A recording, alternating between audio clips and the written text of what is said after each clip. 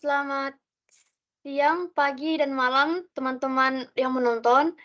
Pada kesempatan kali ini kami dari kelompok 7 kelas H akan mempresentasikan hasil karya kami dan desain kami mengenai desk organizer.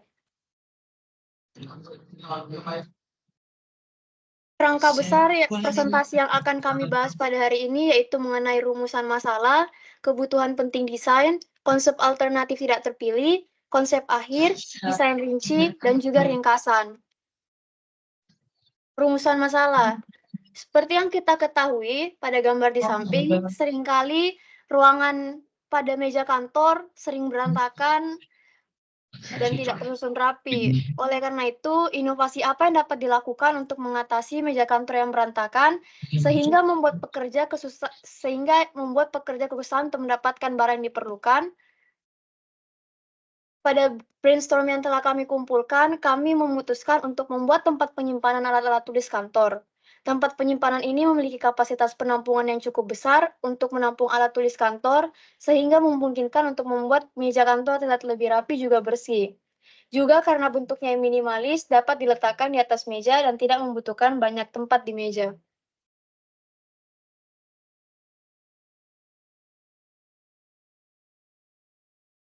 Oke, untuk objective tree-nya di sini, objective tree merupakan metode yang digunakan sebagai penguraian dari tujuan, perancangan, dan subtujuan yang akan dicapai dalam pembuatan produk. Objective tree-nya ini terdiri dari primary, secondary, dan tertiary. Primary-nya itu ada penyimpanan, penampilan, dan kualitas.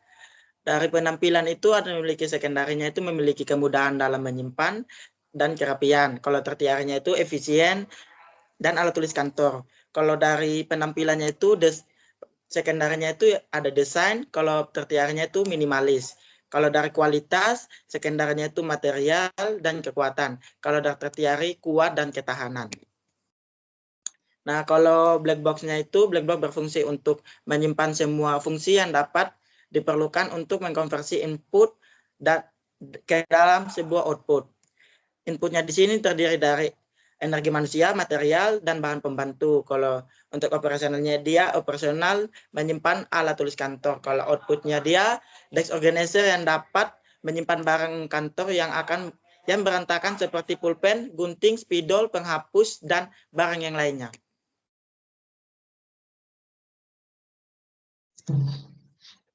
Diagram fungsi atau fungsi diagram membuat penjabaran analisis mengenai fungsi dari suatu produk yang ingin dirancang. Adanya diagram fungsi dapat membantu dan memahami secara visual bagaimana suatu produk dapat bekerja untuk mencapai tujuan tertentu. Misalnya di sini ada menyimpan alat tulis kantor, itu berfungsinya akan menghasilkan alat tulis kantor mudah ditemukan atau didapatkan di dalam produk ini. Seperti juga memberi ketahanan. Jadi kita tuh fungsinya nanti tuh ada tempat penyimpanan ini akan memiliki jangka alat tulis yang awet Pak untuk penyimpanan. Untuk setelahnya transparan box adalah merupakan diagram untuk memutuskan bagaimana input dan output internal proses operasional alat atau produk yang dirancang. Seperti kita tuh memiliki output energi manusia, material dan bahan pembantu. Jadi ini proses penyiapan desk organizer.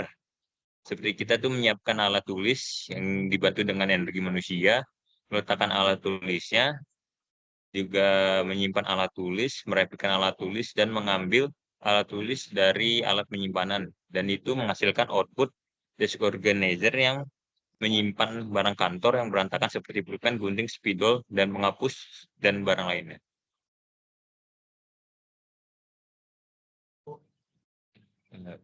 Pengkombinasian antara material plastik atau kayu dengan menggunakan laci serta anti-slip adalah perpaduan yang tidak terpilih oleh konsumen berdasarkan matriks evaluasi. Mungkin dikarenakan tidak sesuai dengan kriteria pemilih.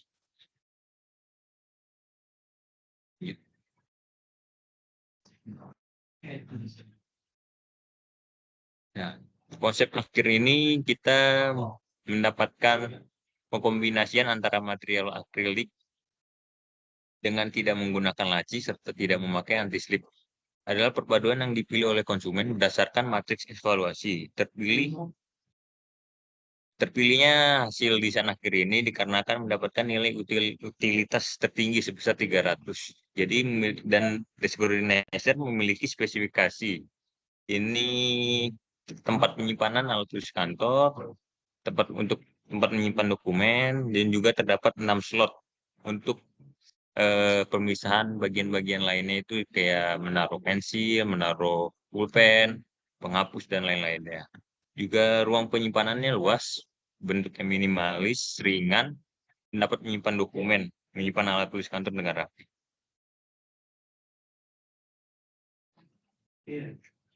Produk yang kita buat pada kali ini itu kita membuat dari bahan prototipe. Mungkin hal ini diakibatkan karena apabila menggunakan material akrilik ya kita akan mendapatkan kesulitan dalam proses pengerjaan yang tidak yang rumit dan tidak didukung alat dan bahan yang ada. Jadi kita memiliki spesifikasi itu 7 part. Bagian partnya dari material triplek.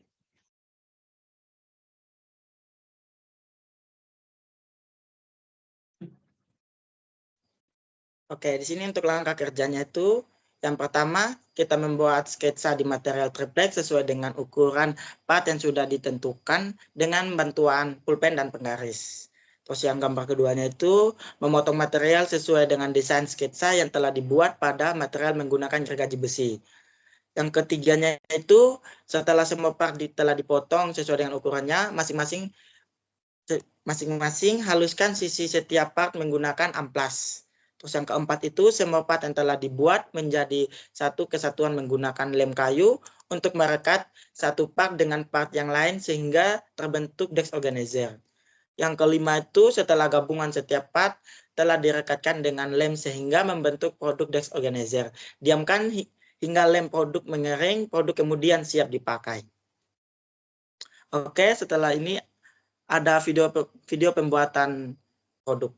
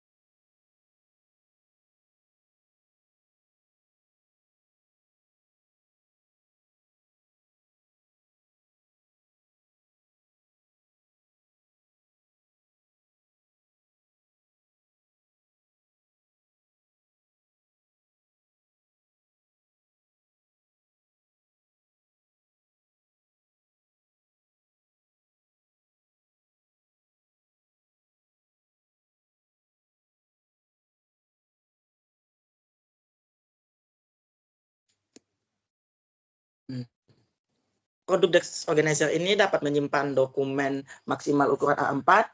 Produk desk organizer ini dapat menyimpan banyak alat tulis kantor karena tersedia 6 slot penyimpanan dan slot dan dapat sesuai dengan kategorinya. Produk desk organizer ini terbuat dari material akrilik yang membuat produk ini terlihat modern dan elegan.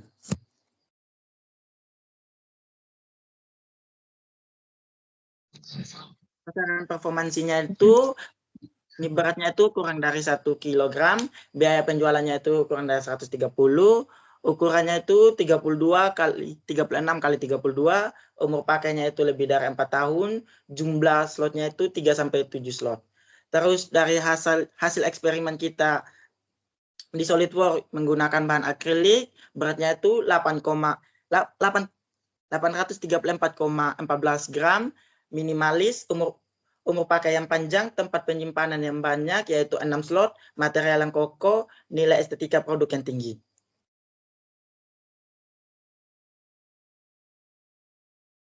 Selanjutnya adalah strategi kompetisi final untuk produk yang dibuat. Hal yang dapat kita lakukan yaitu yang pertama membuat produk semenarik mungkin, yang kedua mempromosikan produk melalui media cetak seperti membuat poster, dan juga media sosial seperti mempromosikannya lewat setiap aplikasi media sosial. Yang ketiga adalah menekan biaya produksi agar produk dapat dijual dengan harga yang lebih murah. Sekian presentasi dari kami, kurang lebihnya mohon dimaafkan. Terima kasih.